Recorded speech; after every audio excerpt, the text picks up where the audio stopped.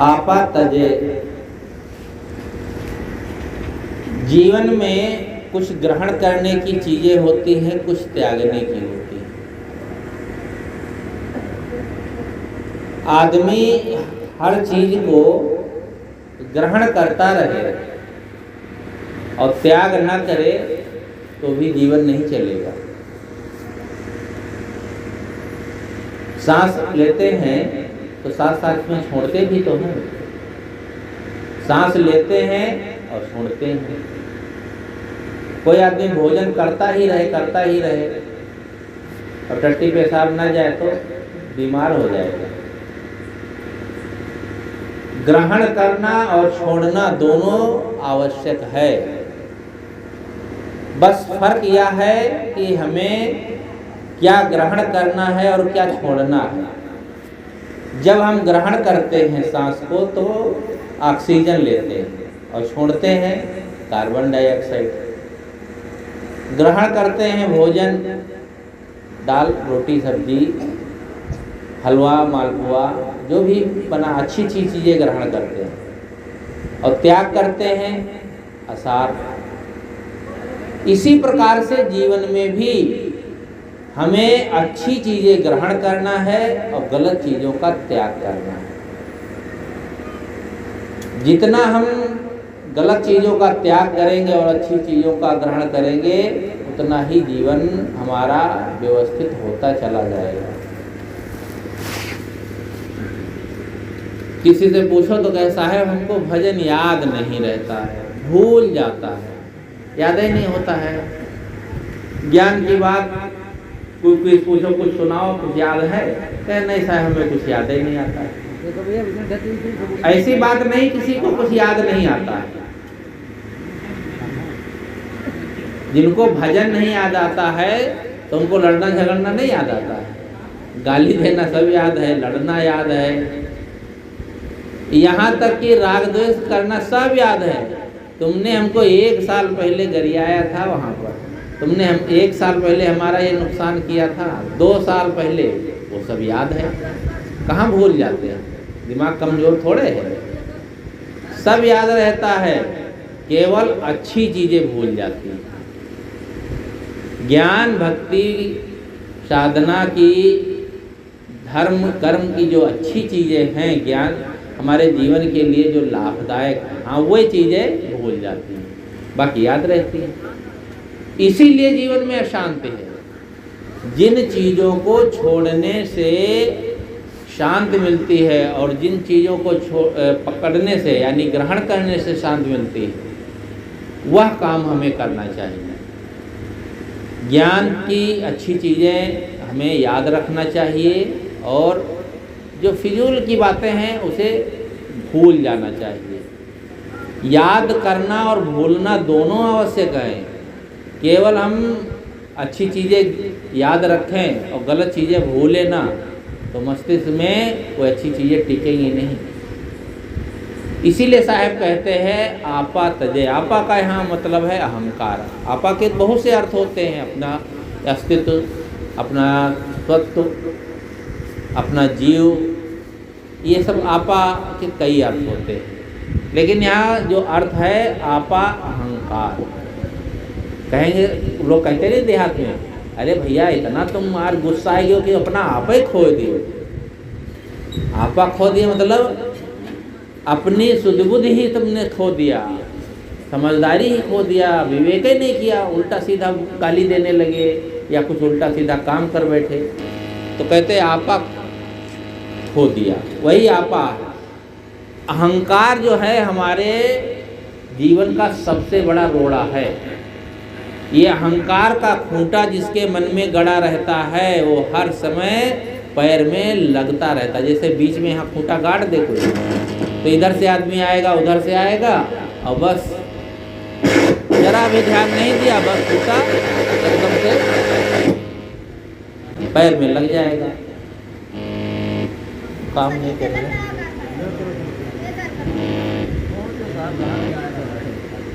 इसलिए जो अहंकार है हमारे अंदर, और अहंकार होता किन चीज़ों का है? सब नश्वर चीज़ों का अहंकार होता है। धन का अहंकार, धन कितने दिन रहता है? कितने धनपति जो है मिट्टी में हम मिल गए, रजवाड़े को पहले के कहाँ गए, सब उनका देखो भ्रष्ट हो गया है। रूप का अहंकार वो कितने दिन रहता है? अरे 10-5 साल जवानी में अहंकार बना रहता है, बस जवानी बीती रूप चला गया। पद का अहंकार 5 साल में नया चुनाव होता है, कान पकड़ करके जनता उतार देती है। पद कितने दिन रहता? कोई सर्विस भी करता हो तो 60 साल में रिटायर हो जाएगा। एक अफसर आते थे तो अब वो जब अफसर थे तब उनके पास रोज 10-20-50 लोग मिलने आते थे, बड़ा रुआब रहता था उनका। अब रिटायर हो गए तो एक चिड़िया उनसे बात करने मिलने नहीं आए, घर वाले भी बैठे नहीं उनके पास। तो वह बहुत परेशान कि साहब हमारा जीवन तो बिल्कुल बेकार हो गया।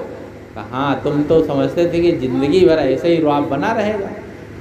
सबका कुछ नहीं बना रहता है, धन पद प्रतिष्ठा ये सब छूटने वाला है और अहंकार इन्हीं चीज़ों का होता है। एक आदमी गांव में हम लोग गए थे तो गुस्सा में लड़ाई झगड़ा कुछ कर रहा था, तो अपने पड़ोसी से कह रहा था 20 बीघा गन्ना लाग है तुम्हें, हम देख ले भाई। भाषा तो समझ गए आप लोग, मतलब इतना है कि 20 बीघा गन्ना बिक जाए लेकिन देख लेंगे तुमको, चाहे थाने में जाना पड़े, चाहे मुकदमा लड़ना पड़े, चाहे मार काट करना पड़े, सब कर लेंगे, 20 बीघा गन्ना बेच के। और उसे कह दो 20 बीघा गन्ना में से अरे 1000-2000 रुपया दान पुण्य कर दो, नहीं, वो नहीं करेंगे। बस आदमी को अहंकार है कि चाहे कुछ भी हो जाए हम झुक नहीं सकते। एक आदमी क्या भक्त था और उसका जो पड़ोसी था वो भी भगत। ये घटना है, कहानी नहीं है। तो सदगुरु अभिलाष साहब वहाँ जाया करते थे तो दोनों को समझाते थे। उनको पता था इन दोनों में मुकदमा चल रहा है। और कितनी ज़मीन थी? दोनों के घर के बीच में इतनी ज़मीन थी कि 4 खटिया डाल दो ज़मीन ढक जाए, एक बिसुआ भी नहीं होगी, 4 खटिया। उतनी ज़मीन के लिए दोनों मुकदमा लड़े। लड़ाई झगड़ा पहले किए, फिर थाना कचहरी हुआ, फिर मुकदमा चलने लगा और 27 वर्ष तक लड़ते रहे। अब साहब हर साल जाए और हर साल समझावें, तो बस वह दोनों बस एक बात कहते थे, साहब ज़मीन की बात नहीं, बात की बात है, बात की बात। और बात की बात में लड़ते लड़ते 27 वर्ष बीत गए, लाखों रुपए खर्च हो गए, लेकिन कोई सुने नहीं, झुके नहीं। तो साहब समझाते रहे। उसके बाद 27 वर्ष में तो 2-3 पीढ़ियाँ बीत गई, उनके उता हुए, थोड़ा पढ़े लिखे समझदार। अरे कहे ये यार 4 खटिया ज़मीन के लिए कहाँ लड़ना है, मुकदमा खारिज करो। और बस दोनों समझौता कर लिए। तो उनसे जब गुरुजी मिले तो कहा अब क्या हो रहा? कहा अब साहब वही जो आप कह रहे थे वही करेंगे, वही घूम घुमा के, लेकिन उस समय नहीं मानेंगे। किसी से कहो बीड़ी सिगरेट शराब ये ठीक नहीं है नशा करना, तो कहेंगे नहीं नहीं साहब, वो बस ये कहेंगे इसमें क्या होता, सब लोग खाते पीते हैं और ना खाए पिएंगे, फैक्ट्रियाँ सब बंद हो जाएंगी, लाखों आदमी काम करते हैं। ये सबके रोजगार चलाने के लिए खा पी रहे हैं, कोई अपने नुकसान के लिए थोड़े खा पी रहे हैं। और कोई कोई तो ऐसे होता कहते बाबा आपको क्या ज़रूरत है, आपके जेब से पैसा जाता है का? ऐसा लोगों के अंदर अहंकार है। लेकिन यह जीवन में समझ में नहीं आता है कि यह सब हमारे जीवन के लिए हानिकारक है। तो अहंकार जब होता है तो आदमी टूट सकता है, झुक नहीं सकता। रावण ने कहा मैं टूट सकता हूँ, झुक नहीं सकता हूँ। महाभारत का युद्ध अहंकार के कारण ही तो हुआ। वो जमीन जायदाद का और राजकाज का तो झगड़ा था ही, साथ साथ में अहंकार भी था। युधिष्ठिर ने कहा, दुर्योधन ने कहा था, महाभारत में आता है कि जानामि धर्मम न च मे प्रवृत्ति, जानामि अधर्मम न च मे निवृत्ति। मैं धर्म को जानता हूँ लेकिन मुझे कोई उसमें प्रवृत्ति नहीं है, कोई लगाव नहीं है, और अधर्म को भी जानता हूँ लेकिन मुझे उसे छोड़ने में कोई दिलचस्पी नहीं। आदमी धर्म अधर्म अच्छा बुरा जानता सब है, लेकिन अहंकार के कारण से वो गलत काम करने ही लगता है। कौन नहीं जानता है कि किसी प्राणी को दुख देना पाप है, और पाप ही नहीं है, अगर अपने ऊपर वही बीते, कोई अपना गला काटे तो कैसा लगेगा? आपके बच्चे का कोई गला काटे आपको कैसा लगेगा? और दूसरे प्राणियों के, निरीह प्राणी बेचारे बोल नहीं पाते हैं, बकरी है, मुर्गा है, ये बेचारे नहीं बोल पाते हैं, निरीह हैं, कमज़ोर हैं, बस उनका गला काट देते हैं। और केवल यही नहीं, धर्म के नाम पर कुर्बानी दी जाती है मुसलमानों में। देखो ना, बकरा, भेड़ा और ऊँट, काबा में तो हजारों हजारों ऊँट काट दिए जाते हैं, यहाँ बकरा काट दिए जाते हैं आपके यहाँ, और ये सब धर्म के नाम पर भी होता है। क्या जानते नहीं ये गलत है? ये सब कुछ है आदमी जानबूझ करके करता है अपनी जवान के लुलुपतावश। कितना लोग कष्ट देते हैं। यही बात मुझे याद आ गई नेपाल की। नेपाल है एकमात्र दुनिया में हिंदू राष्ट्र कहलाता है नेपाल। दुनिया में हिंदू राष्ट्र और कोई नहीं, और महा निशाचरपन का काम होता है। नेपाल में तो 90% लोग मांसाहारी मिलेंगे, और सब हिंदू हैं। हमारे हिंदू का नौनों निजा ऊपर तक छुटियाँ रखाए हैं लंबी लंबी, और खूब पहने हैं धागा और क्या कहते हैं जनेऊ लपेटे रहते हैं। एक दुकान आपको नहीं मिलेगी, एक होटल मिलना मुश्किल है जिस होटल में मांस ना पकाया जाता हो। शाकाहारी, पेवर शाकाहारी होटल मिलना मुश्किल। कैसे कैसे लोग हैं, हिंदू कहलाते हैं। अरे वहाँ तो एक बार एक संत गए थे, तो वहाँ जाने लगे, उधर अपने ऊंचे पहाड़ पर सदगुरु विशाल देव के कुटी बनाए थे वहाँ के संत। तो वहाँ जा रहे थे, तो रास्ते में देखे एक भैंसा को लोग मार रहे थे, और बड़ी बेरहमी से। भैंसा को के चारों पैर लोहे के खूंटा में बांध दिए थे, लोहे के 4 खूंटा गाड़ करके, और तार से उसके पैर को बांध दिए थे। और बांध करके जब पैर पूरा ठीक से बांध दिया, मुंह को तार से बांध दिए जिससे चिल्ला ना पाए। और उसके एक सूजा, बड़ा सा मोटा सा सूजा, उसके कहीं यहीं नस होती है कान के नीचे, वो पता रहता है, उसमें घुसेड़ देते हैं, और बस खून निकलने लगता है। सारा खून उसमें घुसेड़ के घुमा घुमा के सब निकाल लेते हैं। खूब तड़पता कांपता है, और फिर जब वो बिल्कुल बेहोश हो जाता, खून आना बंद हो जाता है, तो नीचे ऊपर डाल के पैरा फूंक देते हैं जिंदा ही। फिर जो जल जाता है तो उसके खाल अलग कर लेते हैं, मांस अलग कर लेते हैं। अरे इतनी बेरहमी से, वो संत कहे हम तो देख नहीं पाए, चुपचाप चले गए। और ये हिंदू राष्ट्र कहलाता है। गर्व से कहो हम हिंदू हैं। अरे राक्षस है कहना चाहिए ऐसे लोगों को। और ये तो मान लो कसाईपन का काम जो करते हैं वो तो करते ही हैं, और चोटी रखाने वाले, पंडित कहलाने वाले। एक बार कलकत्ता गया था गुरुजी के साथ, तो वहाँ पर देवी मंदिर है, वहाँ आज भी बलि चढ़ाई जाती है। अब मान्यता लोग रखते हैं कि हमारा ये काम सफल हो जाएगा तो एक बकरा भेड़ा चढ़ाएंगे। अरे काम सफल हो जाए, अपने लड़का का बलि नहीं चढ़ा सकते हैं, बकरा भेड़ा की चढ़ा देंगे। वो बेचारे क्या करेंगे? तो बकरा भेड़ा और लेकर के जाते हैं, और उसको बढ़िया सजाएंगे, और गले में माला पहनाएंगे, और खूब तिलक लगाएंगे, नंगी तलवार से उसका गला काट देते हैं, बलि चढ़ा देंगे। तो ये गलत काम भी, अब खैर इसका हिंदुओं में खास करके बहुत जागृति हुई है, तो बलि प्रथा नहीं है। वैसे मांस वांस सब खाने लगे हैं, लेकिन धर्म के नाम पर यह काम बहुत कम हो गया है। और यही कारण है कि आदमी जानबूझ करके, जानबूझ जो कपट करत है तहियस बंद न कोई। जानबूझ करके जो गलत करता है उससे मंद यानी नासमझ और कौन हो सकता है। इसलिए साहब कहते हैं आपा तजे, अहंकार का त्याग करो। अहंकार हमारे जीवन के लिए महा दुखदाई है। चाहे घर परिवार में ही हो, हमारे कोई अहंकार से बोलता है, अहंकार से बात करता है, तो उसे लोग पसंद थोड़े करते हैं। विनम्रता से बात करता है उसे सब पसंद करते हैं। आप किसी दुकान पर सामान लेने जाते हो और दुकानदार विनम्रता से बात करे, प्रेम से बोले, बैठाए, तो आप भले ही 1 रुपया महंगा देता हो, आप उसी की दुकान पर जाएंगे। और कोई ऐंठ ऐंठ के बात करता हो, भले 1 रुपया सस्ता देखा, अरे उस बदमाश के दुकान पर नहीं जाना है, वो बहुत गलत आदमी है। अहंकार, किसी को दूसरे का अहंकार पसंद नहीं आता है, तो हमको भी चाहिए वैसा ही हम जीवन जिए। जो चीज़ हमें अच्छी लगती है वह अपने जीवन पर उतारने का प्रयास भी करना चाहिए, लेकिन ऐसा न करना हमारे जीवन की बड़ी भारी भूल है। तो आपा तजे हरि भजे, दूसरी बात है हरि का भजन करना।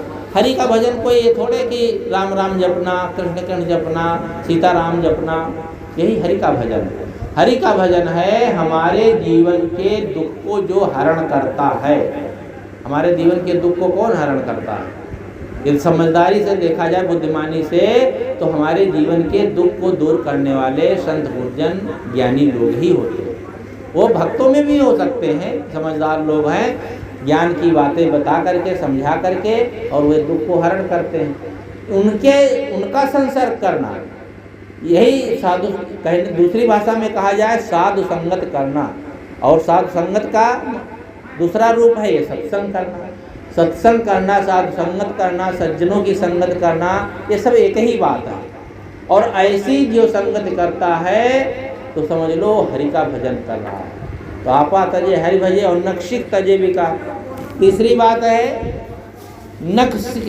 नख कहते हैं पैर के जो अंगूठा होता है, और सिख सिर की चोटी तक, यानी पूरे जीवन के जितने विकार हैं, जितने हमारे दोष हैं, उनका त्याग करना।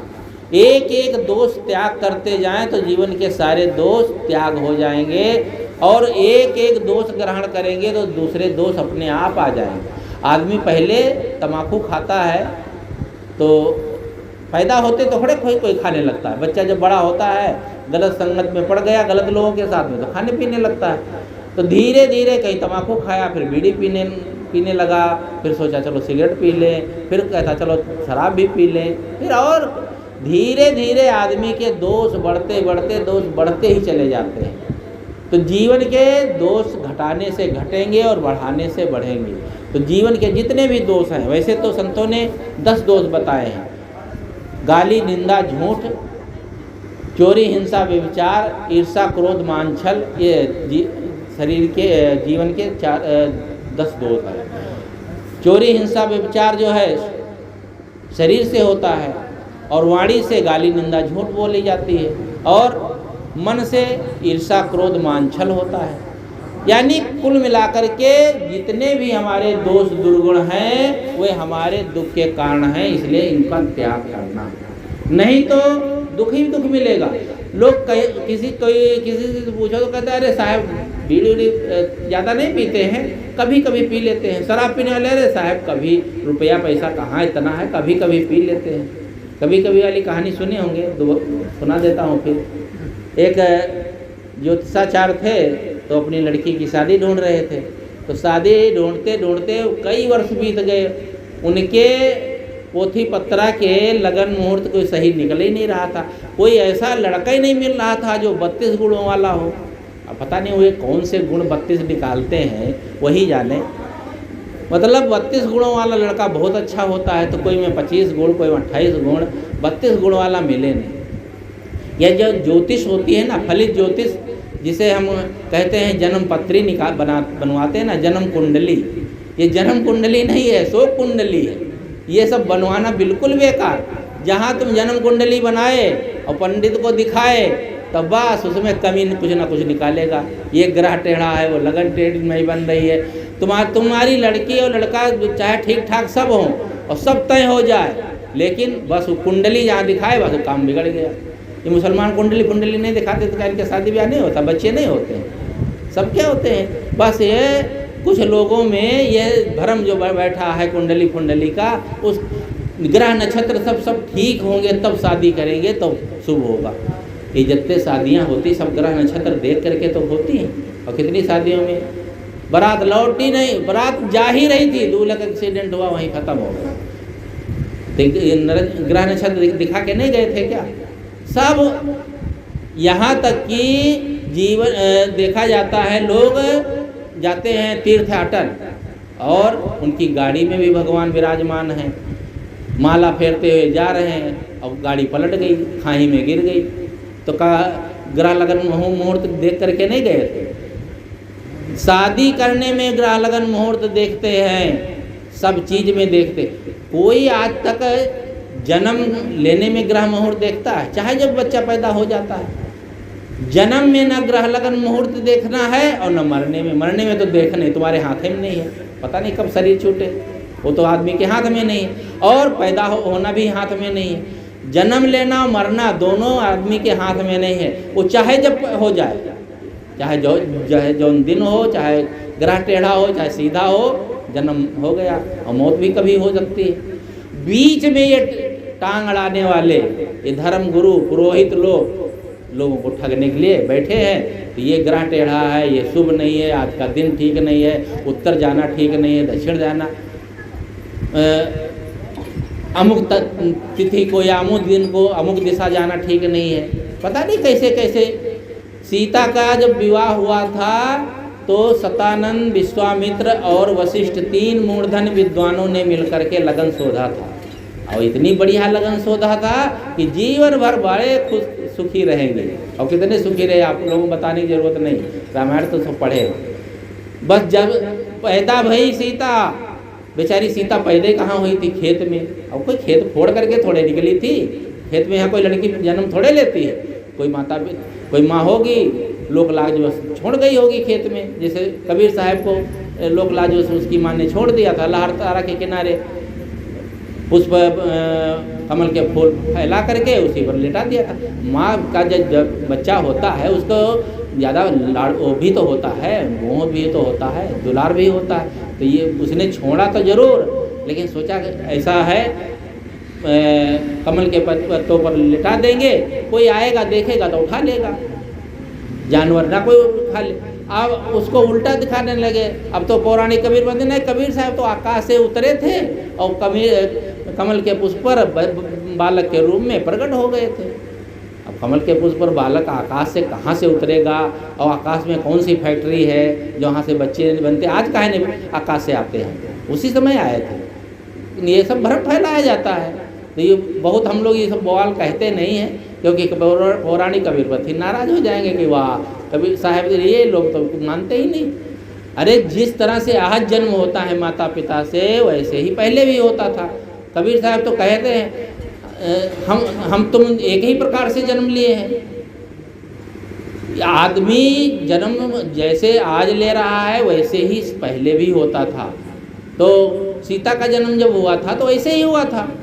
कहते हैं जब वहाँ पर कलेवा हो रहा था, लड़के का कलेवा होता ना, अब तो कलेवा रेवा कुछ होता ही नहीं है, घंटे 2 घंटे में झटपट कर देते हैं, चटमंगनी बट ब्याह वाला होता है।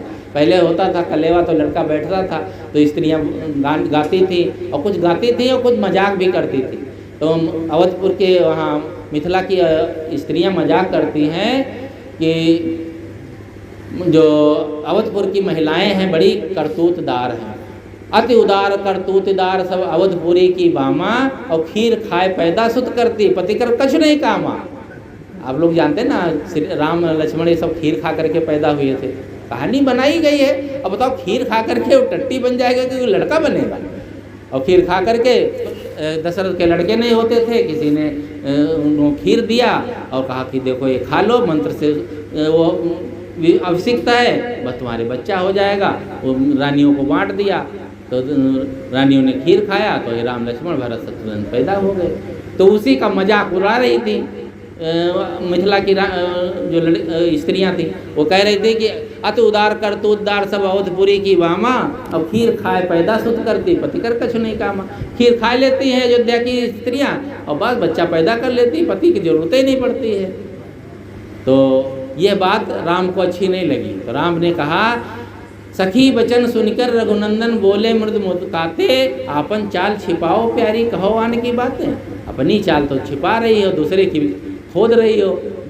नहीं कोई जन्मे माता पिता बिन, बांधी वेद की रीति। यह विवेक की बात उन्होंने पहले कह दिया कि बिना माता पिता के कोई जन्म नहीं लेता है। ये वेद यानी ज्ञान की बात है, विवेक की बात है।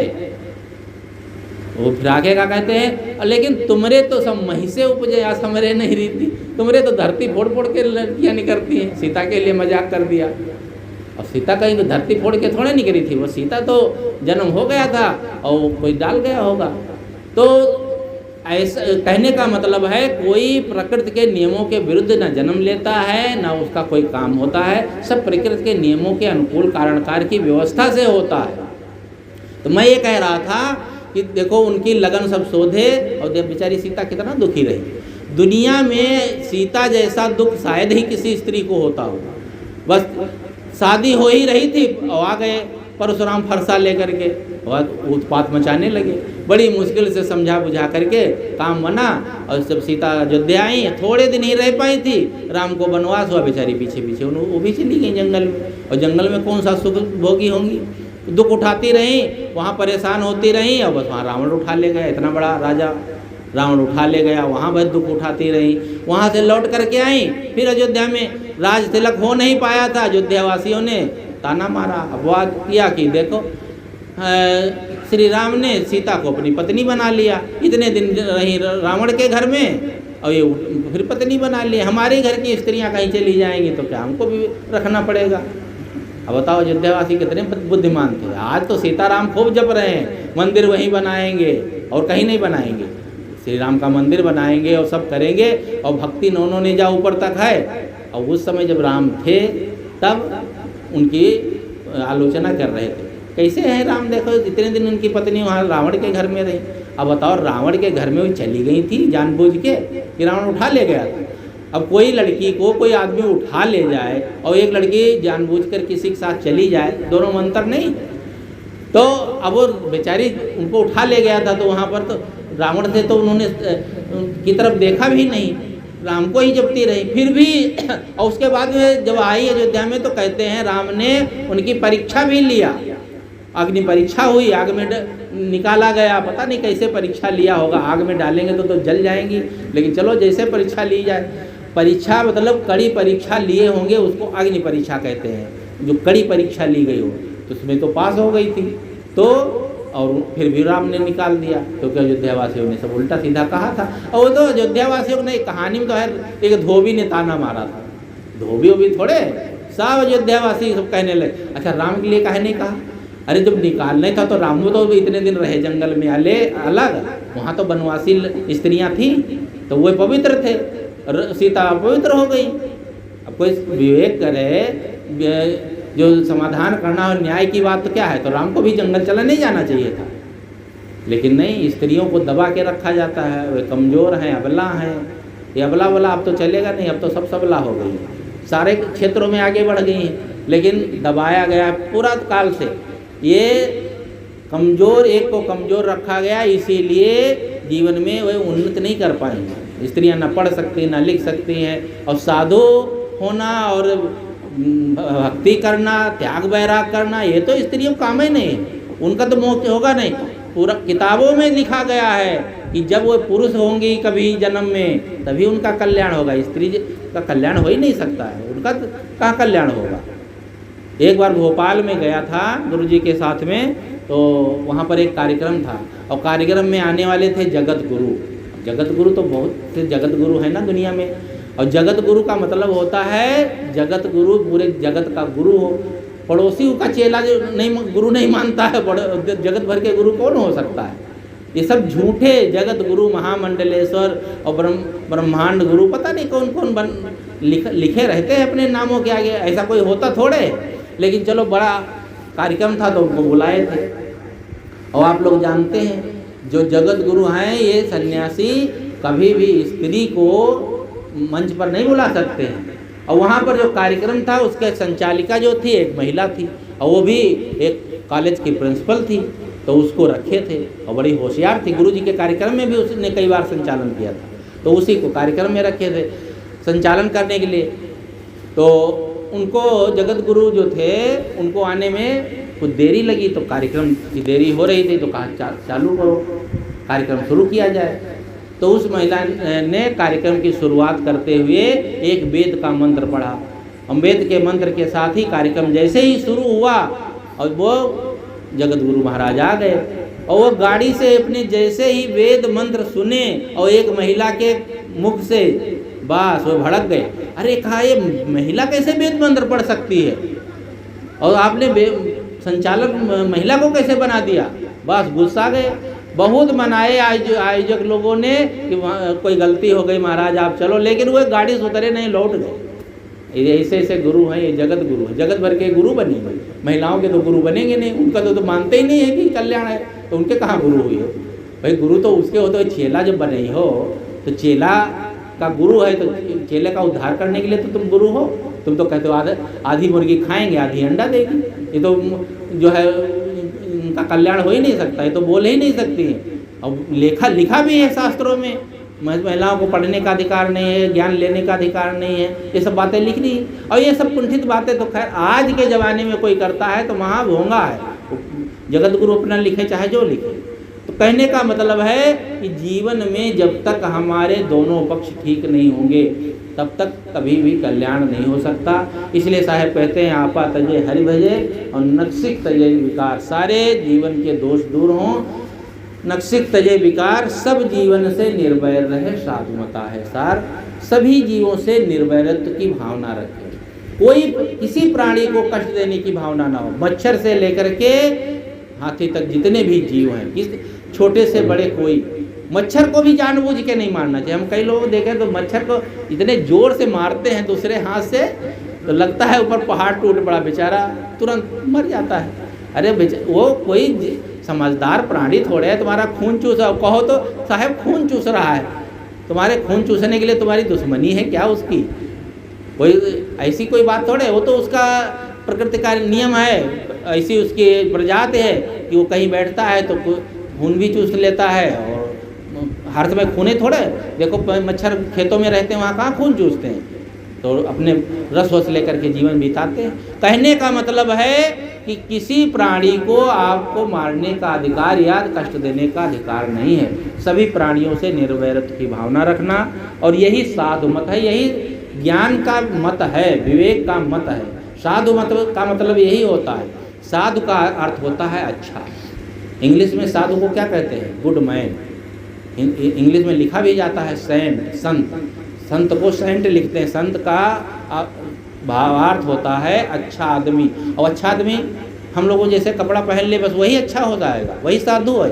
साधु का मतलब है जो जीवन भर अच्छा काम करता है, अच्छा जीवन जीता है, और किसी को दुख देने की भावना नहीं रखता है।